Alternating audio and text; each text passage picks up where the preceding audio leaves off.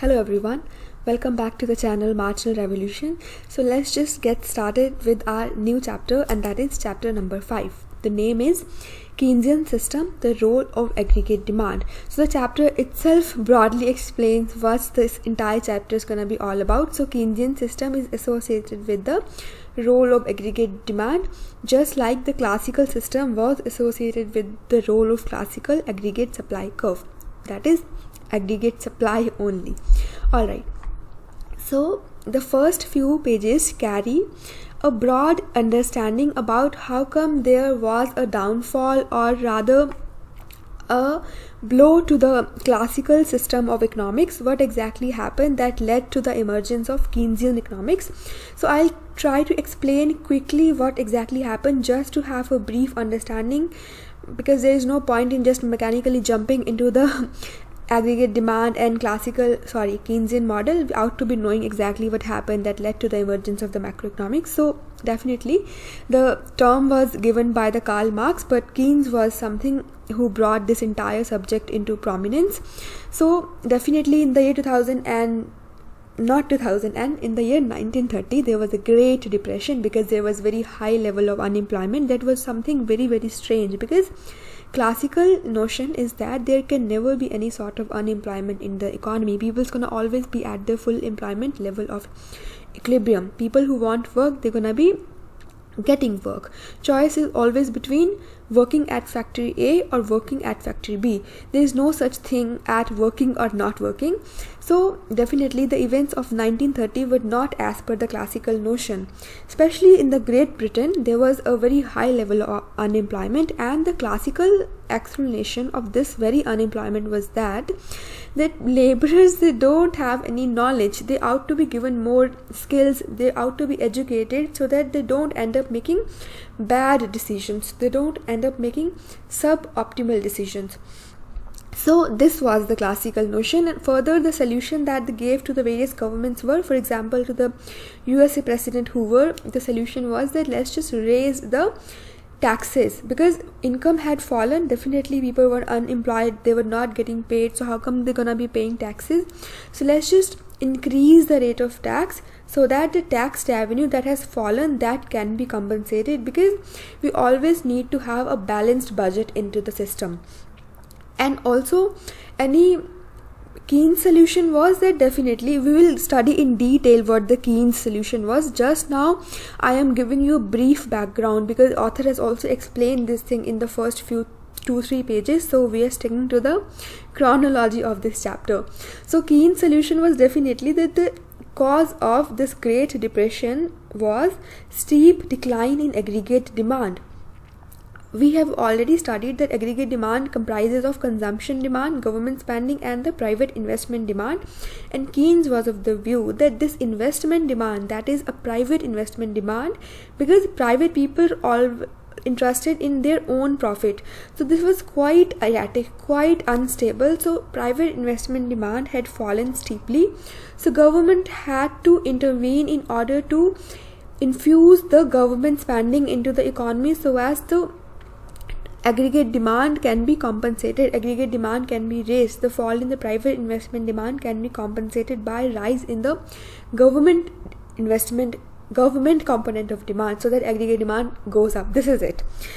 Okay, I know I'm going fast because this is not very, very tough or very important. We will proceed very smoothly, very slowly when it comes to the actual model, because it's really sort of very normal things that author has explained. Either way you will be needing to read FROYEN, so things gonna get more clear. Okay, so Keynes solution was this, and classical notion was different. And further, why classicals were of the view that Keynes idea is flawed, because in the classical economics there is no such thing as aggregate demand, and also there can never be any thing that gonna impact the aggregate supply. Even if you increase or decrease the tax rate, even if you increase the government spending, it's gonna have no impact on the aggregate demand and further onto the aggregate supply. Why so? We have dealt with this thing right before this very lecture when we finished reading chapter number 4. Alright, so we know why is it, and if you don't know, then it's good to watch those video lectures or read chapter number 4 thoroughly. Alright, so this is it. So we saw that classical system failed us when it comes a real test. Why classical system kept on working for 200 plus years? Because we know the Adam Smith paper Wealth of Nation in their 1776 launched the classical economics into our system, and it kept on working for 200 plus years because there was no any event that was to test the classical system, and the moment a test came, classicals failed us, and then there onwards we saw the emergence of the Keynesian system. Alright, so I'll just be reading the highlight portion here just as to be sure that I haven't missed anything. So classicals were of the view that if public works projects were financed, so definitely how government gonna be infusing the money, government gonna undertaking spending in terms of carrying out developmental projects. But the classical were of the view that it's gonna have no impact onto the output, and we know why. I mean, this is quite obvious now. Further, what they suggested to the president of USA was a large tax increase, so that increasing tax rate was to balance the federal budget in the wake of falling tax revenue as income had declined. We've already studied this thing.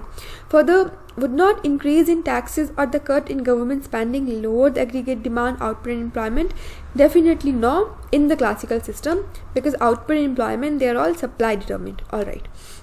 Further, what exactly Keynes stated was that definitely we are all saying that classical economics is full of certain contradictions. It is not something that is worthy of any real substance, but we can't just keep on criticizing it. We have to provide a valid contradiction here. We have to put the things on paper, on the perspective. Okay, we can't just criticize the classical economics in a very generic sense. So what exactly was the drawback into the classical system? So Keynes stated that classical system does not have any explicit theory of aggregate demand. They are determining the prices, they are determining the aggregate level of output without even considering that there can be anything with the name aggregate demand at all. So Keynes believed that flaw to be the lack of explicit theory of the aggregate demand for output, and hence of the role of aggregate demand in determining the output and employment. So definitely there was no concept of aggregate demand in the classical system, which is again very unnatural. We just have started taking this thing in a very obvious manner, that this is so obvious that there is definitely something called aggregate demand. But this was not the case up till 1930. There was just classical economics, and there was just supply determined nature of output and employment. That's it. So Keynes basically encapsulated his idea, that is the contradiction of classical, in a very logical, concrete manner by highlighting that the classical system did not acknowledge the presence of aggregate demand in the economy. This was the criticism. Alright friends, so this was just to build a contextual base that yes, there was something called mercantile capitalism. Then we came on to classical system. Mercantile capitalism was all about state intervention, active state intervention, because trade was a zero-sum game. Either we're gonna lose or we're gonna gain. So in order to gain, we have to let state intervene so that we can extract maximum benefit. And this was what exactly Great Britain did back then when it was extensively undergoing colonization. Imperialistic tendencies were there. Then came the concept of classical economics, that is Adam Smith, that no, we don't really need state intervention because trade is advantageous. People who have absolute advantage in one thing, they're gonna export the commodity, and the one who has absolute advantage in the different commodity, gonna export different commodity. So we don't really need state to intervene. In terms of international relation, I have explained this thing. Not international relations, sorry, in terms of international trade I have explained this thing. But in terms of the output and employment also, we know that everything is self-adjusting. There are self-adjusting tendencies into the system. So this is the very reason we don't really need state intervention. Alright, but then came the Great Depression of 1930, where we saw that despite there being no state intervention, still there was huge unemployment and the classical ideas were failing. So come Keynesian system, and now we're gonna go into the details of the Keynesian economics. Fine. So we have a simple Keynesian model, conditions for equilibrium output. Simple Keynesian model means we're gonna be undertaking certain assumptions. We know that real economy works on very different variables, but to build a model we have to ascertain certain assumptions so as to simplify the situation. So what all are the assumptions here? Number one is the basic understanding that equilibrium position is one where we have aggregate supply equal to aggregate demand. This is quite obvious, and we otherwise also know this thing even if we are not student of economics. Alright, we will see individual components, but let's just talk about certain basic details here. To simplify the model, we have assumed that we are just working in a closed economy. Closed economy means there is no international trade, there is no export, no import. So we know that what is output? Output is GDP. Okay, I really am not going to explain what GDP is, because if I go and explaining these tiny details, now there are going to be lot of divergence from what we're already studying ना. ऐसा तो हर एक चीज़ पे एक अलग topic बन सकता है, हर एक चीज़ पे 10 मिनट का वीडियो बन सकता है, right? So we're gonna be, at least I have to make certain assumptions that we already know what these tiny details are, right? After all, we are studying macroeconomics, and yeah. So GDP is definitely the market value of goods and services produced within the domestic territory of a nation, that too in a given year. I mean, generally it's a period, and we consider that period to be a year. Okay, so if there is no international trade, then our GDP will be GNP, because instead of domestic it could be national also. Either way there are no exports or imports, so does not make any difference if you're writing T or writing N. So GDP becomes GNP. Further, there is no depreciation, so we know that gross minus depreciation we get net. So if there is no depreciation, then there is no difference between GDP and NNP, so we get net national product. Further, we are not including the indirect business taxes. So if we are not taking into consideration the taxes and subsidies, then definitely NNP at factor cost we arrive at, and that becomes our national income. Alright, if you don't know this thing, then I would say read any basic book. It could be NCERT or 12th standard, but yeah, this is it, friends. Either way, you have many complicated things to be understood, so I really can't go on explaining these tiny details, and I'm very much sure we already know what these things are. Okay, so let's just get into the model right away. Author further has assumed that aggregate price level is fixed. This is a quite obvious assumption that we have to make the price level fixed, right? We can make the prices fluctuate. So any changes that we are talking in the variables, that changes will be in the real sense, because prices are constant. Quite obvious, quite simple. Alright, now intuitively we know that whatever income we are earning, it could either be consumed, it could either be taxed or saved. Okay, so if we are rendering services, we're gonna get paid, and we're gonna be using that payment into consumption, or we're gonna use it to pay tax, or we're gonna save it. This is how the money will be spent, and this is what author has written. Output or national income would either be consumed, saved, or paid into taxes. So we got two equations here. Number one, that we have in the equilibrium system, output equal to consumption plus investment plus government spending. We'll see what these individual components are, but right now just memorize this logic. So if y is equal to c plus I plus g, if y is equal to c plus s plus t, it simply means that y can be equal to, these two can also be equal to, it's like a is equal to b and b is equal to c, then a is also equal to c, right? So c plus s plus t is equal to output, which is equal to c plus I plus g. Now we need to understand one more thing here, and that is the concept of realized investment. So realized investment is basically the investment that has been undertaken. This is it. Whenever we write I, that by default means a realized investment, and we have to write R specifically here in order to differentiate the realized investment from desired investment, and we will see what desired investment is, or we can see it right now also. So this is important just to make things clear, I will be taking an example. This is not very correct example, but just to have an understanding, let's say that we want something, like we want a laptop. So this is our demand, because this is our desired investment. This is not logically correct, but either way it will help you understanding what's the difference between realized investment and the desired investment. So desired means, as such, it's an English word. It means we need something, right? So we need a laptop, we want a laptop, that is our desired investment, and because we want it, that adds to the aggregate demand. Simple.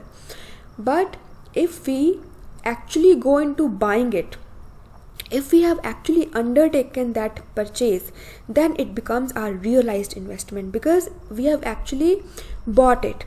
That good has actually been supplied to us, and it can only be supplied if it was produced also.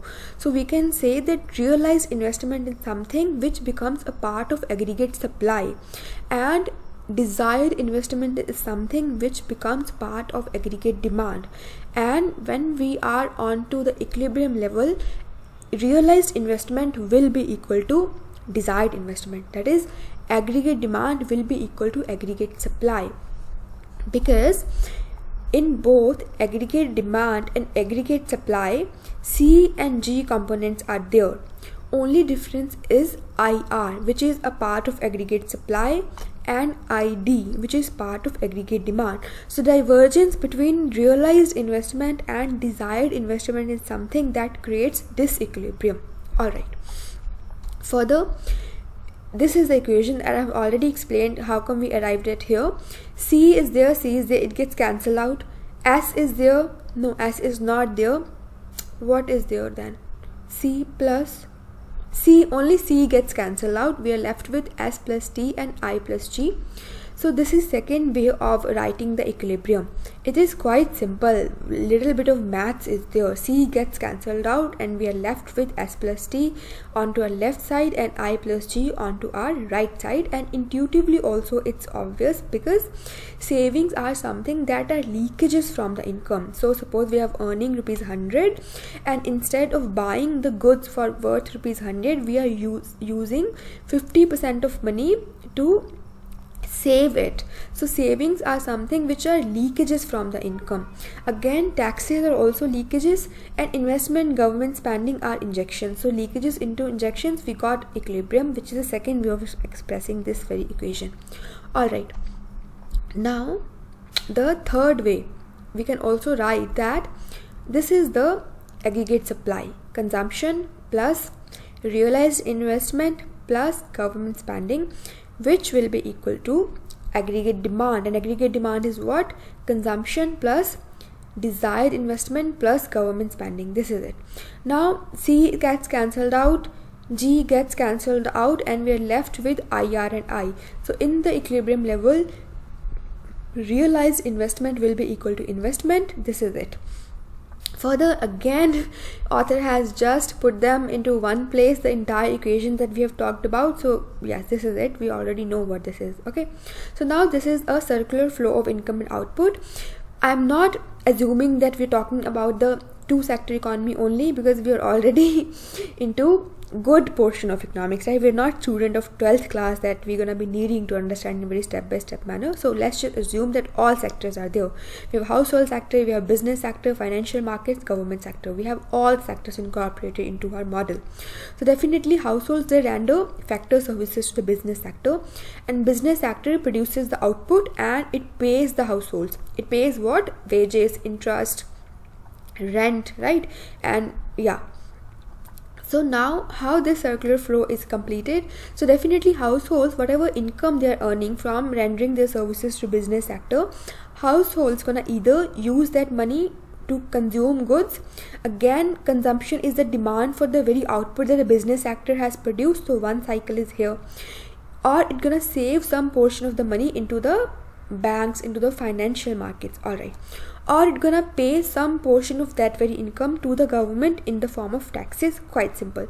Now consumption portion has given rise to the demand for the goods and services that the business sector has produced, but saving and taxes, they are leakages. They have not generated the demand for the goods and services. But how this leakage is gonna be converted into injections? Through the intervention of financial markets and government sector. So savings, government, financial sectors gonna supply this very saving to the business sector, and business sector gonna borrow that money and undertake investment. So the saving component also gets converted into investment, so leakages gets converted into injection. This very cycle is also complete. Further, taxes are there which is paid to the government, but government gonna definitely use that very taxes for its spending, for its developmental program. So whatever spending government's gonna undertake, it will definitely cause a demand for the very goods and services that the business sector has produced. So the taxes, which are the leakages from the income, again gets converted into the injections in the form of government spending that raise the demand for the very goods and services that the business sector has produced. So this is how our entire circular flow of income and output is complete. So let's just read the highlighted portion. So these are all flow variables. We know what flow and stock variables are. Flow variables mean something that is measured over a period of time, right? And if you don't know what these terms are, then please read book 12th chapter, 12th class economics book, NCERT. You need to read that. It's gonna be making the basics clear. Alright, for the payment for factor services, we have already dealt with this thing. So factor services are definitely supplied by the household sector, and further tax flow is in the form of net taxes. So net taxes mean taxes minus subsidies or any transfer payment. So households earn income, and out of that income some portion is paid to the government in the form of taxes, but at the same time government also provides subsidies, some social security to the households, and these are transfer payments. What exactly are transfer payments? The payments for which households are not paying anything, they are not rendering any services, they are sort of free transfers from the government, for example subsidies, etc. So taxes is net format, that is taxes minus transfer payments. Alright, further, yes, the level of output will be at equilibrium if this directly generated demand, when added to desired expenditure, investment expenditure of the firms, and government spending, produces a total demand equal to Y. So this again is simple. Definitely we have to have realized investment equal to desired investment if we want equilibrium in the economy, and we have already explained this thing, that why this has to be the case. So again, savings plus taxes are leakages, and this has to be balanced by injections, which are I plus G. Amount of income households do not spend on output is just equal to the amount the other two sectors wish to buy. This is it. We know what this is, that consumption is direct demand of the households, but the income that they do not spend on buying output, that is they're using that income to pay taxes or to save that money, but definitely through financial markets and through the government, they also get converted into the injection, into the government spending and into the investment, and these are part of the injection. So leakages into injections, we get the equilibrium back to level.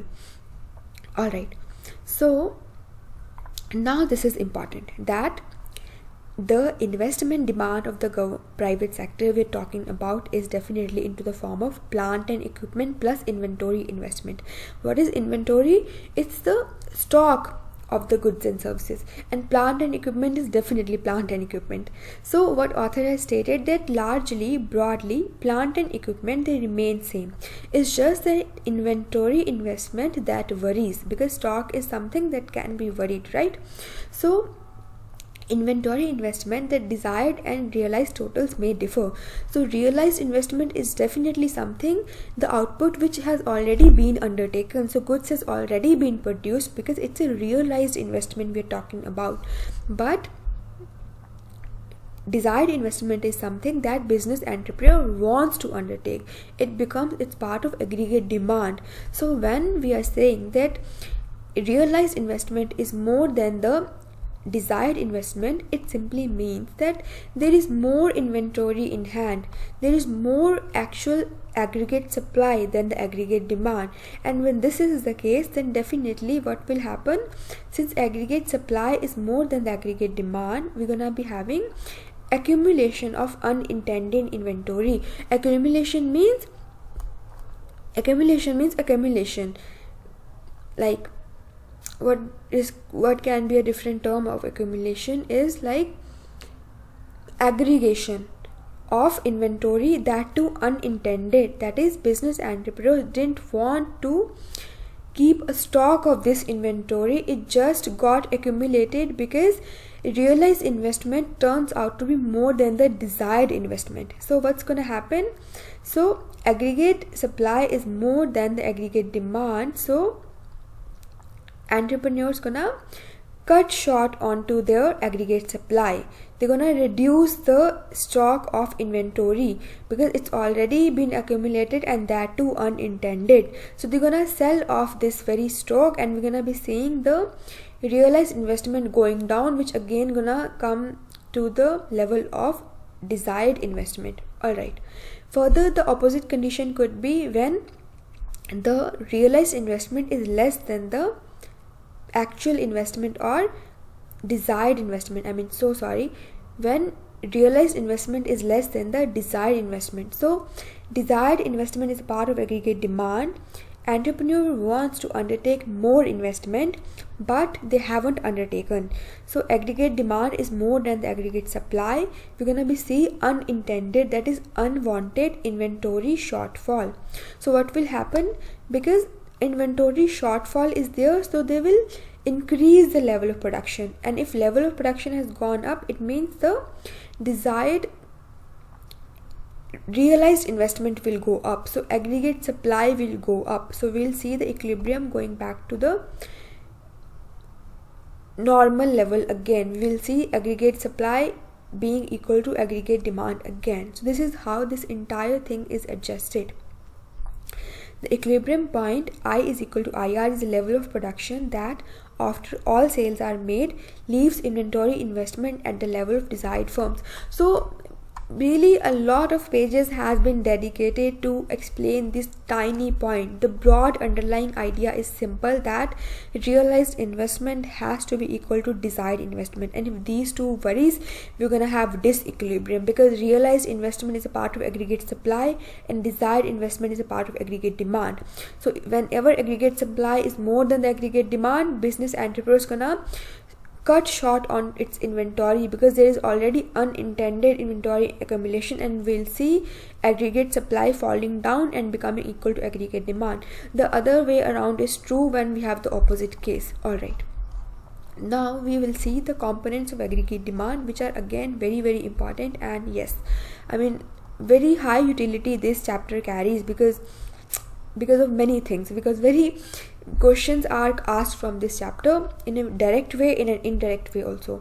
So we know that aggregate demand comprises of consumption plus investment plus government spending. Now we'll look into individual components into the detailed manner. So what is the consumption function? Consumption function is the Keynesian relationship between income and consumption. So definitely we are earning money, suppose 100 rupees, and we're gonna be using something out of that 100, if not the entire amount, to consume, to purchase goods and services. So let's say out of 100 we are using rupees 80 to consume goods, then 80 is our consumption demand, definitely. Further, Keynes stated that income was a dominant factor determining consumption. Definitely there are many other factors. For example, as an individual, what our inclinations are, what are the prices in the economy, what are our wealth. So all these things are there, but we have to again undertake certain assumptions, and Keynes stated that broadly, largely, income is the dominant factor, and definitely it's true.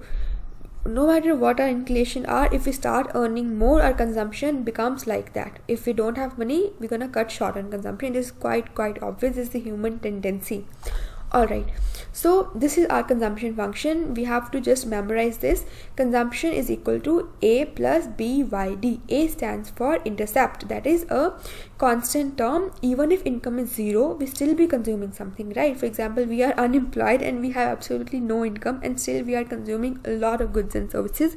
And how we are consuming? So we're gonna be drawing the income from our past saving. Okay, so income zero, still there's gonna be some consumption. This is what A is.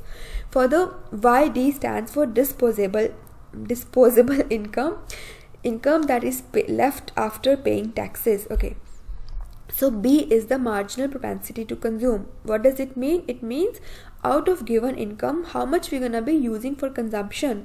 We are not going into the detail of like marginal and average. Let's just talk about propensity to consume. So let's say we have income of ₹100 and we are using 25% for our consumption.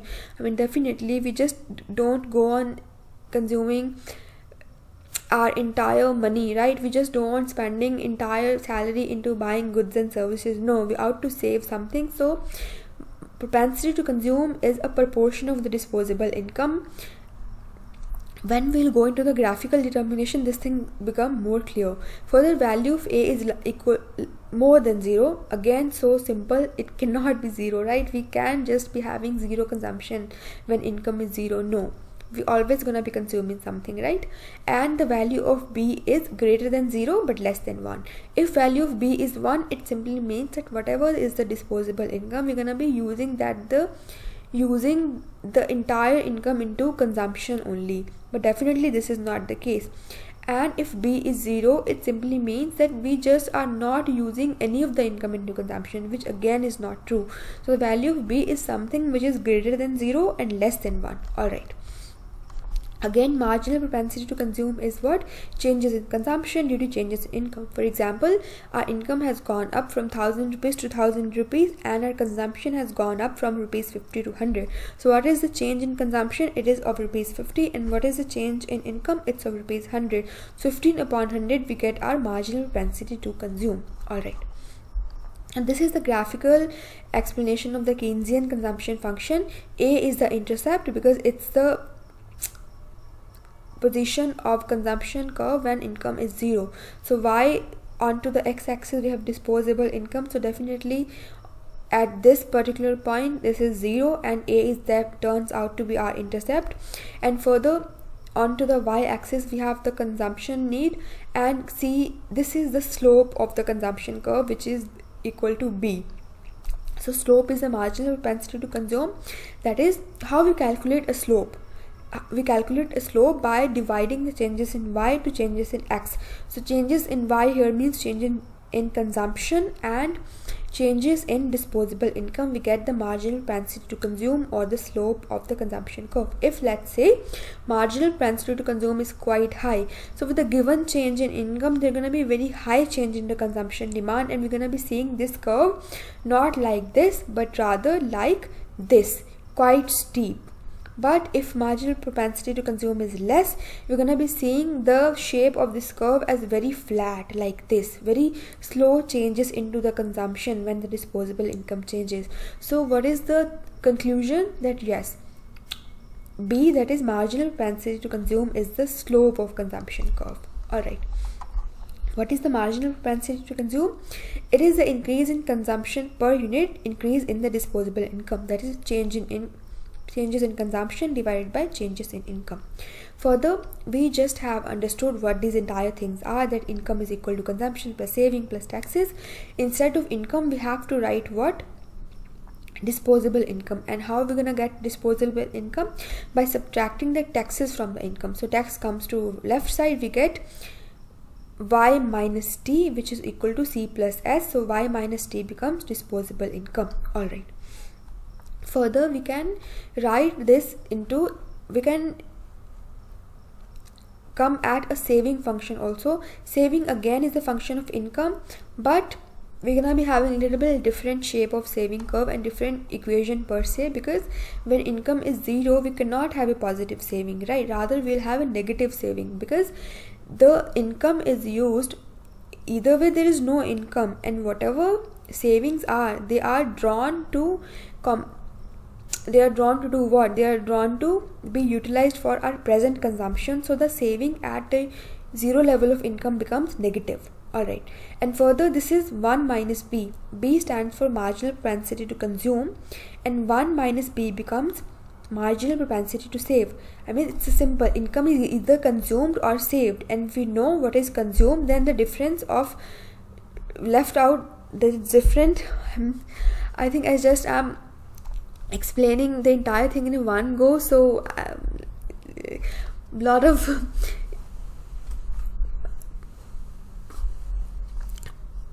alright, so let's just again understand this thing without any pause. Okay, so income is either consumed or saved. Alright, and if we know what is saved, then the difference will be consumed, and if we know what is consumed, then the difference would be saved. So B is our marginal propensity to consume, and if we subtract the marginal propensity to consume from 1, we'll get marginal propensity to save, and again it is also out of our disposable income only. What is marginal propensity to save? It is changes in saving due to changes in disposable income, and this is our saving function. Alright, why is the value of A negative? This again author has explained that when disposable income will be 0, then what shall be the saving? Saving again is the whatever is left out after consuming. So 0 disposable income, consumption at 0 disposable income is A, and 0 minus A we get minus A. So this is our saving at the 0 level of income. Alright, further, this is the graphical representation of the saving function. So minus A is here. That's how we get the intercept of saving curve, which is of course towards the negative side, and this is the slope, that is 1 minus B, or marginal propensity to save. Just like in consumption function, the marginal propensity to consume is our slope of consumption curve. Similarly, marginal propensity to save is our slope of saving curve. Alright, and this is it. Further, higher wealth, again there are certain things that author has explained, that we have just assumed that disposable income is something that's going to determine the level of consumption in the economy, but this might not be true under all circumstances, because intuitively also we know that this is not something that every individual associate itself with. Sometimes people definitely acknowledge the wealth also, like people if are wealthy, even if their current income has fallen, they still would be into buying more goods and services because otherwise they have high wealth. And also it's not just the current income people base their saving and consumption demand into, they also acknowledge their permanent income also. For example, if today we start earning 5,000 rupee per month, it does not mean we're gonna just base consumption onto the monthly income. No, we're gonna be acknowledging that alright, we'll be earning this 5,000 for 2 years, and how I'm gonna spread out my consumption. So current income is not the only factor that determine the level of consumption. Something called current plus future plus expected income that turns out to be a permanent income. All these factors determine an ultimate impact on the consumption. But again, these are just for the sake of explaining. We have to build a model and we have to make certain assumptions, and our assumption here is that yes, broadly, current level of income, disposable income have a dominant impact onto the consumption and investment, onto the consumption and saving, not an investment. I'm so sorry. Right? Only consumption and saving. That's it. Now let's just talk about the investment demand. So consumption was primarily induced expenditure. And what is an induced expenditure? That is directly related to income. So higher the income, higher will be the consumption. This is pretty much simple. But investment demand is independent. Now we have to understand few things here. Classical investment demand is determined by how? By, again, determination is there that how much private entrepreneur is willing to demand investment It depends upon what is the rate of interest. Higher the rate of interest, lower will be the investment demand. Again, rate of interest is something which is determined by the investment demand per se and the supply of loanable funds. So investment demand is the demand for loanable funds and supply of loanable funds, and it's gonna determine the rate of interest. And classical notion is also like this. Keynesian notion is also like this, that yes, there is an impact on investment of rate of interest. It is higher the rate of interest, lower will be the investment. But what determines the rate of interest? There the classical and Keynesian part ways. In the classical system, rate of interest is determined by real factors, that is productivity, thrift. Investment means productivity and thrift means saving. So higher the saving, lower will be the rate of interest. Higher the investment demand, higher will be the rate of interest. And we know how come this is going to be so, because we have in the last chapter dealt with this thing extensively. Alright, but Keynesian system, in the Keynesian economics, the determination of rate of interest in a very different manner.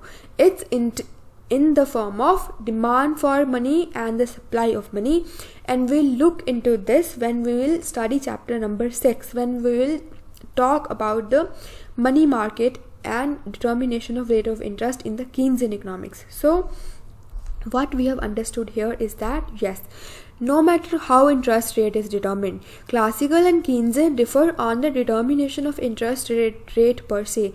But once the rate of interest has been determined, then its impact on investment is something on which there is a consensus between classical and Keynesian, that yes, rate of interest is inversely related to investment, or rather investment is inversely related to rate of interest. Alright. Now Keynesian stated that autonomous component aggregate demand, which is independent of current income, it causes income to vary.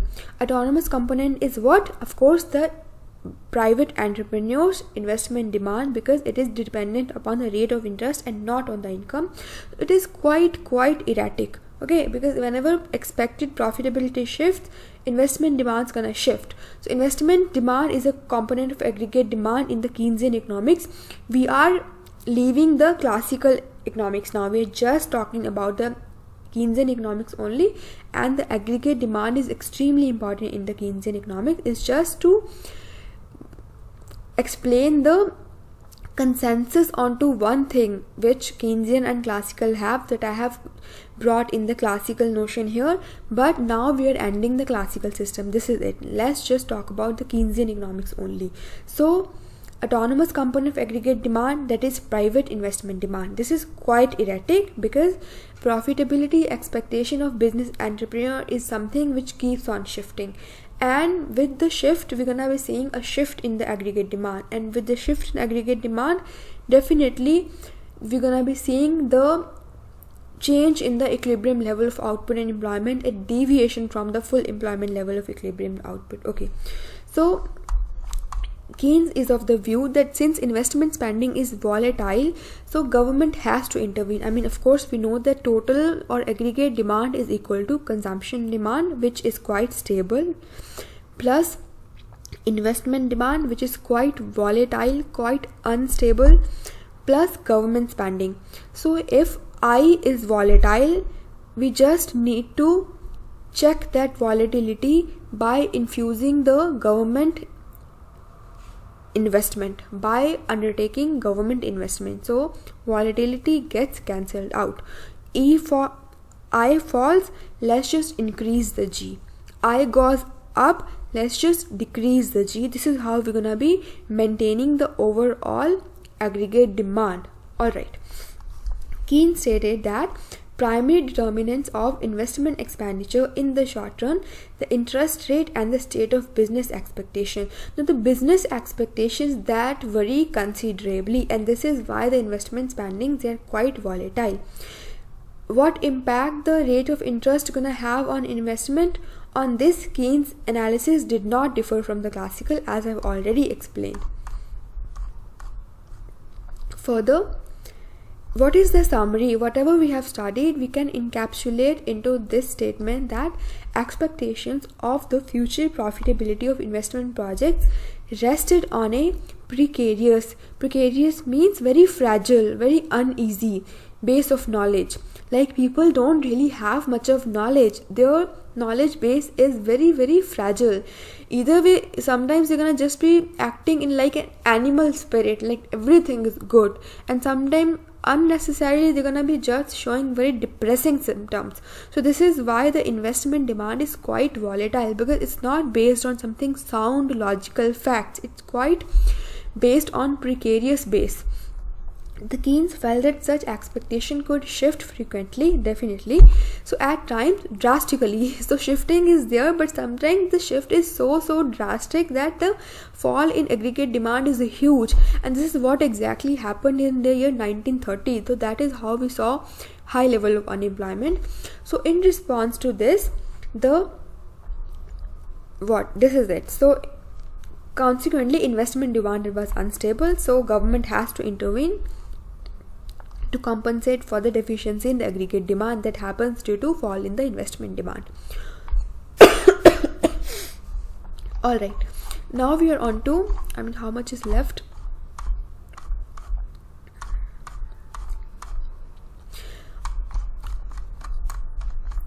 Now we are on to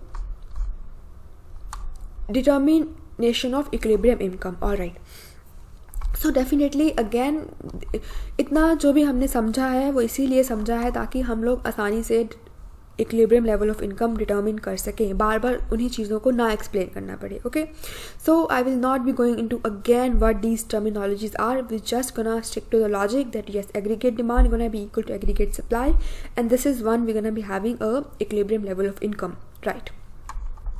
Entire logic of realized investment, desired investment, we have understood this already. Further, author is saying that equilibrium income is an endogenous variable to be determined, because definitely we know what endogenous and exogenous variable are. Endogenous variables are something that are what? That are models output. So income is model output. We are using these variables. These are all exogenous variable to determine the output level of income, and this is our result. So this is our endogenous variable. And I and G, which are autonomous expenditures, they are what? Exogenous variable. So if you don't know what these terminologies are, then I have made a separate lecture on a dedicated video on what exogenous and endogenous variables are, because sometimes if we don't know these things ना, we just end up using them interchangeably. endogenous की जगह exogenous लिख देते हैं और exogenous की जगह endogenous, तो वो बहुत ज़्यादा गलत दिखता है, गलत होता भी है और entire meaning बदल जाता है, right? So these things have to be very very clear. So do watch that video. Either we have explained endogenous variable is something that is model's output. Okay, so definitely equilibrium income is our model's output, right? Exogenous variable is something that is model's input, that is coming outside of the model and that are independent. So again, in the investment and government, they are independent. They are independent to many things. No matter what the level of income is, we're gonna be having certain level of investment and government spending. So these are all exogenous variable. All right. So instead of C, we can write this, that is A plus B plus YD. Why we can write this? We know, because this is our consumption function. Again, instead of YD, we can write Y minus T. You can mathematically directly, instead of directly jumping into this equation, we can put one more equation here, that C is equal to A plus B in the bracket Y minus T. Y is the total income minus taxes, will get disposable income. Since B is towards the outside of bracket, into the bracket we have Y minus T. When we open the bracket, it becomes BY minus PT. Okay, A plus BY minus PT. We're gonna put that very consumption function into our equation here. So Y is equal to, instead of C, we're gonna be writing this A plus BY minus PT plus I plus G. Alright, we're gonna be just solving this. Very very easy.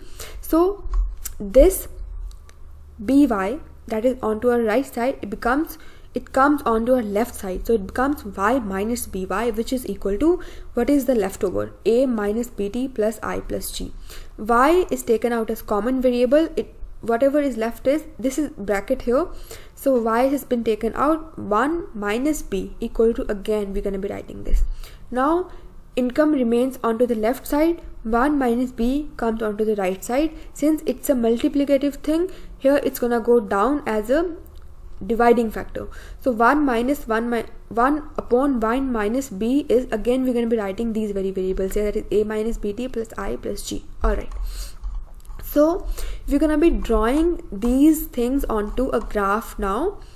So definitely this is our 45-degree line that splits the graph into two equal portions, and onto the each and every line of this graph we'll be seeing y axis values equal to x axis value. So this is x axis here and this is y axis here.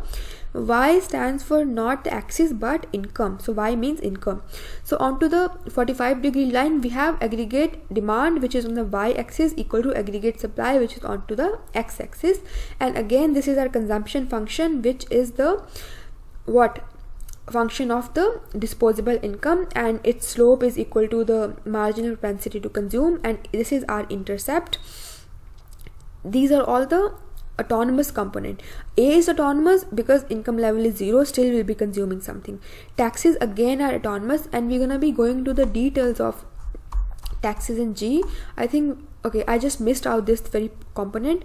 So government spendings are there, and we just know that these are autonomous. Government has to undertake certain expenditure, government has to build roads, government has to undertake purchase of equipments, machinery, even if it's making losses, something, even if it doesn't have income. So government spending is definitely autonomous.